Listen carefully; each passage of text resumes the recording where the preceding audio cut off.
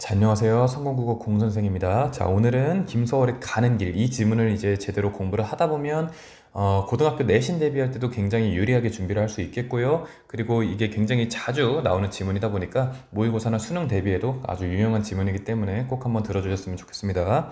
자, 먼저 일단은 저희가 이제 필기를 할 때 내용에 약간 포커싱이 된, 그러니까 제 수업을 들으면 아시겠지만 이입 독해에 포커싱이 된 내용에 한해서는 파란색으로 필기를 할 거고요. 그거랑 다르게 이제 표현법이나 어떤 이해 독해 파트에서 필요한 내용에 관련돼서는 빨간색으로 필기를 할 테니까 잘 알아주시면 감사하겠습니다. 자, 먼저 앞서 이 시를 들어가기 이전에 우리는 이제 인물에 대해서 살펴봐야겠죠. 어떤 인물이냐? 바로 작가입니다. 우리가 기본적으로 시를 읽기 이전에 제일 먼저 봐야 되는 거는 뭐다? 어떤 작품의 작가, 그리고 그거의 제목이 제일 중요합니다. 그래서 작가는 누구죠? 김소월 작가입니다. 김소월 시인이죠. 자, 이 시인을 보면 우리가 제일 먼저 떠올라야 되는 게 뭐다? 바로 일제 강점기 시인이다.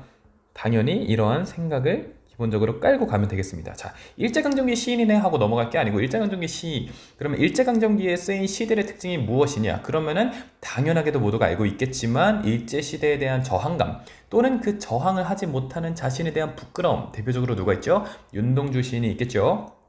그런 식으로 일제 환경의 아주 그 불합리함과 또 그거에 대해서 억압받는 자신의 삶에 대해서 비관하면서도 또 그것에 대해서 어떻게 능동적으로 대응할 수 있을까 고민하는 시들이 굉장히 많이 나왔던 시점이기 때문에 이 당시에 창작된 현대 시들이 굉장히 많이 출제가 되고 있다. 그리고 이번에 보는 것처럼 김소월 시인의 작품인 가는 길이라는 작품이 나왔기 때문에 일제강점기가 베이스이기 때문에 일제강점기의 상황이 이 시 안에 어떻게 녹아 있는지 주의하면서 잘 읽어주면 좋겠습니다. 자, 먼저 제가 항상 얘기하지만 이해 독해보다 선행돼야 되는 거는 이입 독해입니다. 그래서 이입 독해 차원에서 파란색 펜으로 먼저 가도록 하겠습니다. 자, 먼저 그립다 말을 할까 하니 그리워. 자, 그렇다는 거는 이 사람의 정서는 어떻다? 그립다. 이 사람의 정서는 그립다. 그리운 정서를 갖고 있다. 그래서 말을 할까? 누구한테 말을 하겠다는 거죠? 당연히 어떤 대상이겠죠. 그러니까 주인공이 이렇게 존재하죠. 주인공이 이렇게 존재합니다. 나라고 칭하겠습니다. 이 안에 화자 나가 있습니다. 죄송합니다. 이 안에 화자, 이 안에 화자 나가 있고요. 그리고 그리워하는 대상 무언가가 있다라는 거죠. 그러면은 이런 식으로 얘기할 수 있겠어요. 선생님, 그러면은 그리워하는 어떤 대상은 무조건 이게 일제강점기 관련된 시이기 때문에 무조건 뭐예요? 뭐 광복이나 우리 조국 이런 거 아니겠어요? 이런 식으로 함부로 다가가기보다는 시가 다 읽어진 다음에, 시를 다 읽은 다음에 그것을 판단하는 게 가장 좋습니다. 일단 어떤 대상에 대해서 어떤 정서를 갖고 있다? 그리움의 정서를 갖고 있다. 됐죠? 그런 상황에서 나 그리워요, 너가 너무너무 보고 싶어요 라는 그런 표현을 하고 싶지만 하는 게 쉽다 어렵다? 어렵다 라는 겁니다. 그러면 도대체 왜 이게 어려울까? 자, 첫 번째로는 그립다는 말을 하면은 감정이 북받쳐 오를까봐, 감정이 북받쳐 올라가지고 갑자기 이렇게 울까봐 얘기를 못하는 걸 수도 있고요. 또는 어떤 정서가 있을까요? 이러한 말을 하고 싶은데 주변에서 너 이런 말하면은 혼난다잉? 이렇게 혼내기 때문에 못하는 상황일 수도 있겠죠. 여러 가지 어떤 이유인지 몰라도 그립다라는 말을 하는 것조차 쉽게 허용되지 않은 그런 시점이다 라고 생각만 해주시면 되겠습니다. 자, 그 다음에 자, 그냥 갈까? 자, 그립다라고 말을 하다가 계속 못하고 있죠. 근데 뭐라 그래요? 그냥 갈까? 아니, 선생님 어디 가세요? 바쁜 데가 있으신가 보네. 자, 이 사람이 어디론가를 가야 되는 상황인 거죠. 근데 우리가 아까 봤던 어떤 포인트가 있죠. 제가 항상 아까도 얘기했지만 시나 소설 읽을 때 제일 먼저 봐야 되는 게 작가랑 뭐다? 작품명이었다. 그러면은 이 인물이 어디로 가야 되는가? 자, 가는 길 잊지 말라는 거죠. 얘가 어디론가로 또 가야 된다는 거죠. 선생님 물음표 투성인데요. 아는 게 없으니까 그렇죠? 어쨌든 어디론가에 가야 되니까 얘한테 너가 너무 보고 싶어. 하지만 나 빨리 가야 돼. 그런 시점이라고 생각을 하면 되겠죠. 그래서 그냥 갈까? 이곳으로 그냥 갈까 하다가 그래도 다시 더 한번 그리움이라고 말하고 싶어. 너가 너무 보고 싶어 라고 얘기를 하고 싶은데, 그래서 이 안에서는 이 친구의 뭐가 일어나고 있는 거예요? 좀만 더 짧게 그릴게요. 이 안에서는 이 친구의 뭐가 일어나고 있다? 내적 갈등이 일어나고 있다라고 생각을 해주시면 되겠습니다. 됐죠? 자, 그래서 그래도 다시 더 한번 미워도 다시 한번이라는 노래가 있죠? 아, 모르죠? 요즘 친구들은 모를 것 같은데 미워도 다시 한번 또 뒤돌아섰지만 한 번 더 보고 싶고 뒤돌아섰지만 한 번 더 보고 싶고 윤동주 시인의 시에도 이런 표현들이 나옵니다. 선생님 어디서 나오는데요? 자, 어디서 나오냐? 그 있잖아요. 파란 하늘이 있고. 자, 그러면은 여기까지 얘기했는데 기억이 안 나면 공부 열심히 하세요. 자, 그냥 넘어가겠습니다. 자, 어쨌든 나는 어디론가로 가야 되는데 이 친구한테 그립다고 얘기를 하고 싶은데 말하는 게 정말 복받쳐 오르고 또는 누군가 방해해가지고 말할 수 없는 상황이라는 거죠. 자, 여기까지는 이 친구의 정서가 아주 잘 표현이 됐었다. 근데 그 다음 뭐가 나오냐? 저 산에도 까마귀 들에 까마귀. 갑자기 헛소리하기 시작합니다. 그러면 도대체 이 친구의 정체가 까마귀였던 거죠? 끄덕거리고 있죠. 헛소리하지 말고. 자, 어쨌든 그거랑 전혀 관련 없이 갑자기 어떤 산에 뭐가 있다? 까마귀가 있다. 슝슝 슝슝. 약간 갈매기 같은데 까마귀입니다. 반항하지 마세요. 자, 어쨌든 갈매기 같은데 까마귀입니다. 어떤 산에 까마귀가 있다는 거죠. 근데 어디도 있다? 아래 들. 어쨌든 들이 있다. 이러한 들에도 밭인데 이거는 어쨌든 여기도 까마귀가 있다. 까마귀 밭이죠, 이 정도면. 까마귀가 겁나 많은 거죠. 근데 그 상황에서 이 까마귀들이 어떤 얘기하는 거죠? 저 서산에는 해진다고. 선생님, 왜 서산이에요? 자, 해가 어디로 지죠? 동쪽이요. 끄덕거리고 있죠. 서쪽으로 집니다. 해가 지는 겁니다. 네. 해가 이렇게 지는 거죠. 슬프겠죠? 지니까. 엉엉. 뭐 지는 겁니다. 이상한 거 안 할게요. 자, 어쨌든 해가 지는 겁니다. 그런 상황이면은 전체적으로 밝은 분위기에서 어떻게 전환이 된다? 어두운 분위기로 전환이 된다. 자, 우리 이제 이 정도는 할 줄 알죠? 뿔제로마 배웠죠? 뿔제로마가 뭐예요, 선생님? 이거는 선생님한테 와서 수업 제대로 들으세요. 자, 일단 밝은 분위기에서는 우리가 기본적으로 뿔제로마 중에 어떤 걸 매겨주겠다? 플러스를 매겨주겠다. 근데 어두운 거는 마이너스. 선생님, 어두운 거 저 좋아하는데요. 저 밤에 걷는 거 좋아해요. 밤 산책하는 거. 그런 거 신경 쓰지 말고요. 해가 진다라고 표현을 하는 거는 하강적 이미지를 가져오고 있고, 과거에 비해서 어두워지고 그거를 불러오고 이야기해주는 친구가 누구다? 심지어 까마귀다. 선생님, 저는 까마귀 좋아하는데요. 그렇게 반항하면 안 된다 그랬어요. 어두워지고 그것을 까마귀가 전달해주는 그러한 상황이다. 그러면은 부정적인 현실로 다가가고 있다라고 생각해도 어려움이 있다 없다? 어려움이 없다라는 겁니다. 자, 그러면은 부정적인 현실로 다가가고 있어요. 이 친구는 지금 떠나가야 되는 시점인데, 그러면 이 시 전체적으로 우리가 이 시 전체적으로 어떤 거에 우리가 포커스를 맞춰야 된다? 시점이라는 거에 대해서 굉장히 포커스를 맞춰줘야 된다. 이거 정신없어. 그래서 치워버리겠습니다. 됐죠? 자, 시점에 대해서 포커스를 맞춰야 된다. 어둑어둑해지는 그 시점이라는 거죠. 자, 그래서 이 까마귀 친구들, 까마귀 얘네들이 뭘 알려준다? 해가 진다. 이거는 부정적인 뜻이라는 겁니다. 됐습니까? 뭐 산, 세모 쳐주고요. 서산도 세모 쳐줄게요. 자, 여기서 서가 상징하는 거는 서쪽이니까 해가 지는 쪽이다 라는 것도 알 수 있겠지요. 자, 그 다음에 앞강물, 뒷강물, 흐르는 물은, 자, 앞강물, 뒷강물. 자, 제가 강을 그리겠습니다. 강이 있지요. 자, 어디가 앞일까요?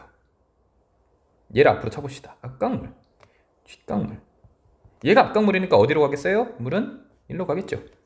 그러면 얘가 0차 앞으로 가고 얘도 0차하고 뒤로 따라온다는 겁니다. 그러면서 어서 따라와, 얘가 말하는 겁니다. 어서 따라와. 강들이 이렇게 자주 서로 얘기를 자주 해요. 여기는 강들끼리는 굉장히 사이가 좋아가지고 그 막 보면은 막 모여서 티타임도 가지고 그럴 리가 없죠. 자, 어쨌든 강은 빨리 가자 이런 얘기를 할 수 있다 없다? 할 수 없다. 그렇게 할 수 없지만 마치 그렇게 하는 것처럼 느껴졌다는 거예요. 그러면 다시 돌아가 봐서 까마귀도 나한테 직접적으로 우리 지금 빨리 가야 돼, 해가 치고 있어 라고 얘기를 할 수 있다 없다? 할 수 없겠죠. 왜? 동물이니까요. 동물과 대화할 수 있는 거는 이제 강영욱 선생님밖에 없으니까 우리는 실제로 까마귀랑 그렇게 대화할 수 있다 없다? 없다라는 겁니다. 자, 그런 식으로 해가지고 이 친구들이, 자, 까마귀 그리고 어떤 친구? 강물, 이런 친구들이 어서 따라와, 해가 쳐, 이런 얘기를 누구한테 한다? 나한테 한다라는 거예요. 그래서 우리가 이제 볼 수 있듯이 여기 나온 친구들 있죠? 까마귀 그리고 이 강물들, 얘네들이요 나한테 조급한 마음을 가질 수 있게끔 빨리 가야 돼 라고 재촉을 하고 있다는 거죠. 자꾸 이렇게 재촉을 하고 있다고 누가 느끼는 거예요? 나가 느끼는 거예요. 그러면 자꾸 누군가 재촉을 하니까 아까 맨 처음에 얘기했었죠. 그립다라고 얘기하고 싶은데 자꾸 누가 못하게 하는 것 같은 그런 느낌이 들 수도 있다고 했단 말이에요. 그러면 그게 누구냐? 까마귀, 강물 얘네들이 그런 역할을 하고 있다고도 생각해 볼 수도 있겠죠. 왜요? 얘네들이 빨리 가야 돼, 우리 늦었어 라고 얘기하고 있으니까요. 근데 그렇게 실제로 얘기하는 거다 아니다? 그건 아니지만 본인이 느낄 때 그렇게 느끼기 때문에 본인이 얼마나 지금 조급하고 다급하고 이런 상황인지 알 수 있다는 겁니다. 자, 그래서 여기까지는 우리가 확인을 해봤고요. 자, 이 연두색은 지우고 갈게요. 됐죠? 자, 여기까지 만약에 이 그림이 너무너무 그리고 싶다 그러면은 영상을 멈춰가지고 그리시고요. 이렇게 따라 그린 다음에 뭐 예를 들어서 혼자 공부하다가 또는 뭐 부모님이나 주변 친구가 이렇게 더러운 그림을 누가 그렸냐라고 하면은 스스로 그렸다고 하세요. 제가 그렸다고 하지 마시고. 자, 여기까지는 우리가 내용적 측면에서 살펴봤으니까 빨간색 가면은 뭘로 간다? 표현법으로 가보겠다라는 겁니다. 자, 준비됐나요? 안 돼서도 어쩔 수 없어요. 그냥 하세요. 자, 먼저 이제는 흐름을 탔으니까 이번에는 흐름이 아닌 분석으로 해보겠다. 자, 이입 독해에서 어디로 간다? 이해 독해로 가보겠다. 자, 그립다. 시적 화자의 뭐다? 정서다. 오, 이미 써버렸죠? 이러한 정서가 나와 있고 이 정서를 어떻게 제시하고 있어요? 직접 제시하고 있다는 겁니다. 나 그리워요 라고 직접 제시하고 있고 이거를 고백하고 있다 라고도 얘기할 수 있겠죠. 고백. 자, 제가 고백이라고 하니까 가끔 이제 고백은 사랑 고백밖에 모르는 사람들이 있는데 자신의 정서를 솔직하게 드러내는 행위가 모두 포함해가지고 고백이라는 표현으로 표현될 수 있다는 것을 알아두셔야 됩니다. 자, 그립다 라고 직접 제시. 직접 제시와 간접 제시의 차이 한번 간단하게 볼까요? 직접 제시, 간접 제시. 자, 직접 제시 같은 거는 뭐냐? 그리워, 슬퍼, 힘들어. 이게 직접 제시고요. 그러니까 자신의 정서에 대해서 정서를 직접적으로 드러냄이라고 쓰면은 그냥 직접 제시 그냥 그대로 쓰는 건데 이거 약간 돌려서 어떻게 표현하는 게 좋을까요? 직접 제시. 직접 제시라는 거는 정서를 있는 그대로, 같은 말 같긴 한데 있는 그대로 표현한다는 거죠. 자, 간접 제시는 뭐냐?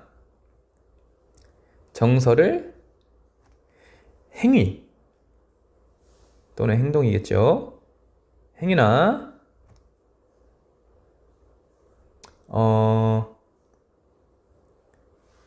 각종 표현을 이용해서 표현으로 나타낼 때 간접 제시라고 생각하시면 돼요. 자, 예를 들면은 정서를 행위나, 자, 내가 친구랑 싸운 거죠. 친구랑 싸우고 집에 들어왔는데 계속 그 화가 계속 나는 거예요. 화가 나, 너무 화가 나. 이거 뭐야? 직접 제시다. 너무 화가 나, 너무 화가 나. 그래서 문을 꽝 닫았어. 이거는 뭐다? 간접 제시다. 문을 꽝 닫았어. 끝. 그러면은 간접 제시. 나 화났어. 간접 제시. 그런 거 많이 해봤죠? 그리고 엄마한테 말하죠. 바람 불었어. 안 불었죠? 자, 어쨌든 그런 게 간접 제시고요. 직접 제시는 내가 화가 났어 라고 얘기하는 거죠. 차이 알겠죠?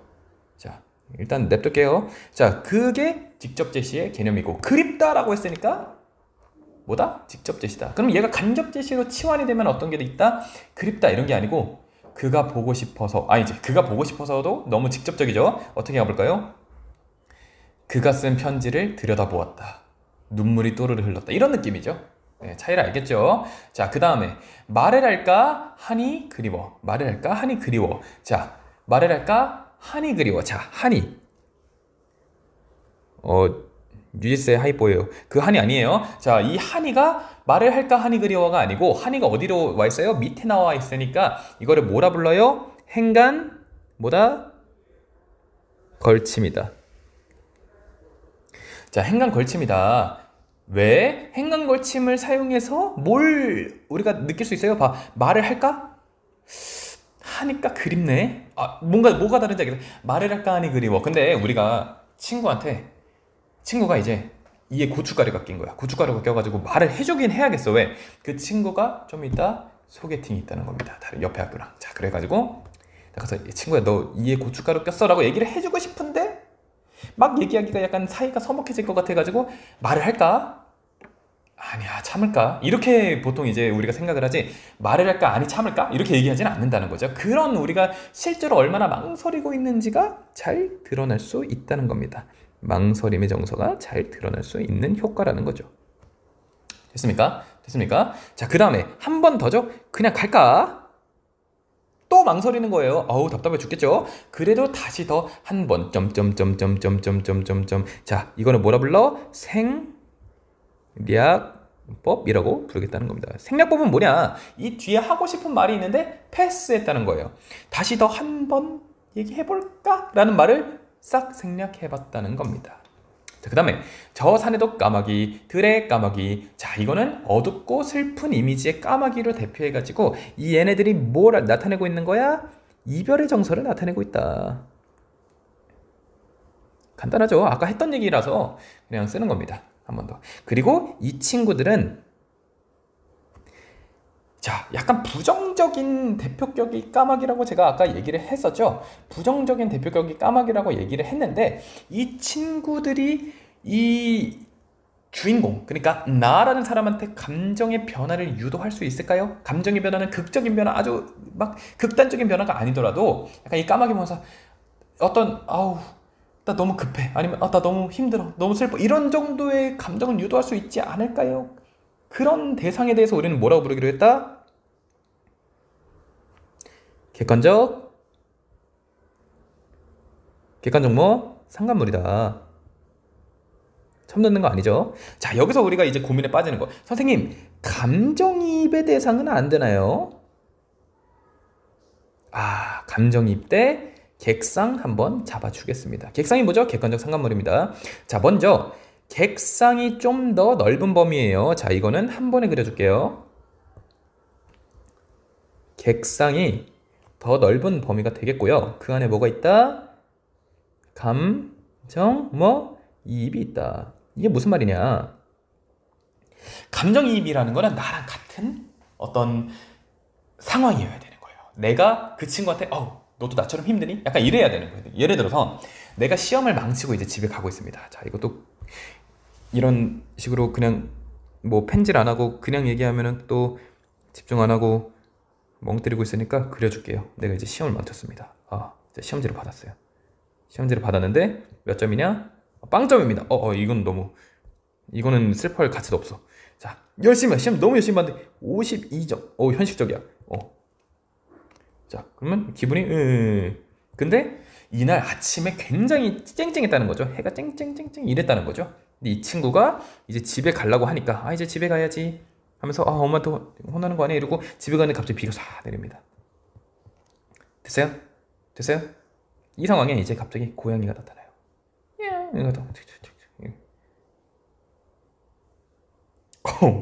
고양이가 의자같이 생긴 것 같은데 어쨌든 고양이가 나타납니다. 그럼 얘도 비를 맞겠죠?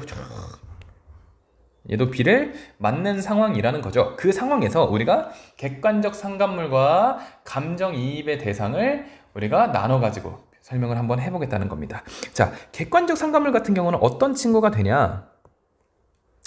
고양이도 되겠죠? 이 비는요? 비도 되겠죠? 됐어요? 이런 친구들, 나의 정서를 건드리는 이런 친구들, 이런 친구들이 모두 객관적 상관물이 될 수 있다는 겁니다. 근데 어떤 친구가 감정이입까지 갈 수 있냐? 고양아, 너도 힘들지? 하면은 이 친구가 감정이입의 대상. 나도 힘들어요, 유유. 나도 유유. 이러면은 감정이입이라는 겁니다. 자, 이해 안 가면은 공부 더 하세요. 됐습니까? 됐죠? 자, 그 다음에 다시 이어서 가겠습니다. 자, 해진다고 지적입니다. 자, 그러면은 해진다고에다가 세모 받고, 이거 왜 세모 박았을까? 여기다가 뭐라 쓸 거냐면 해가 진다고 시간적 배경이기 때문에 우리 어떨 때 세모 쓰는지 배웠습니다. 모르면 복습하세요. 시간적 배경이니까 세모를 넣었다.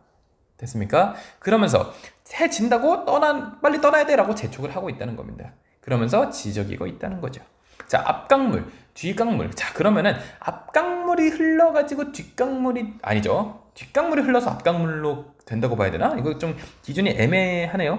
아니죠. 애매하지 않죠. 뒷강물이 흘러서 앞강물이 되는 거죠. 네, 뭐 그렇게 생각하면 되겠죠. 이거를 보면은 또 뭘 나타낼 수 있냐?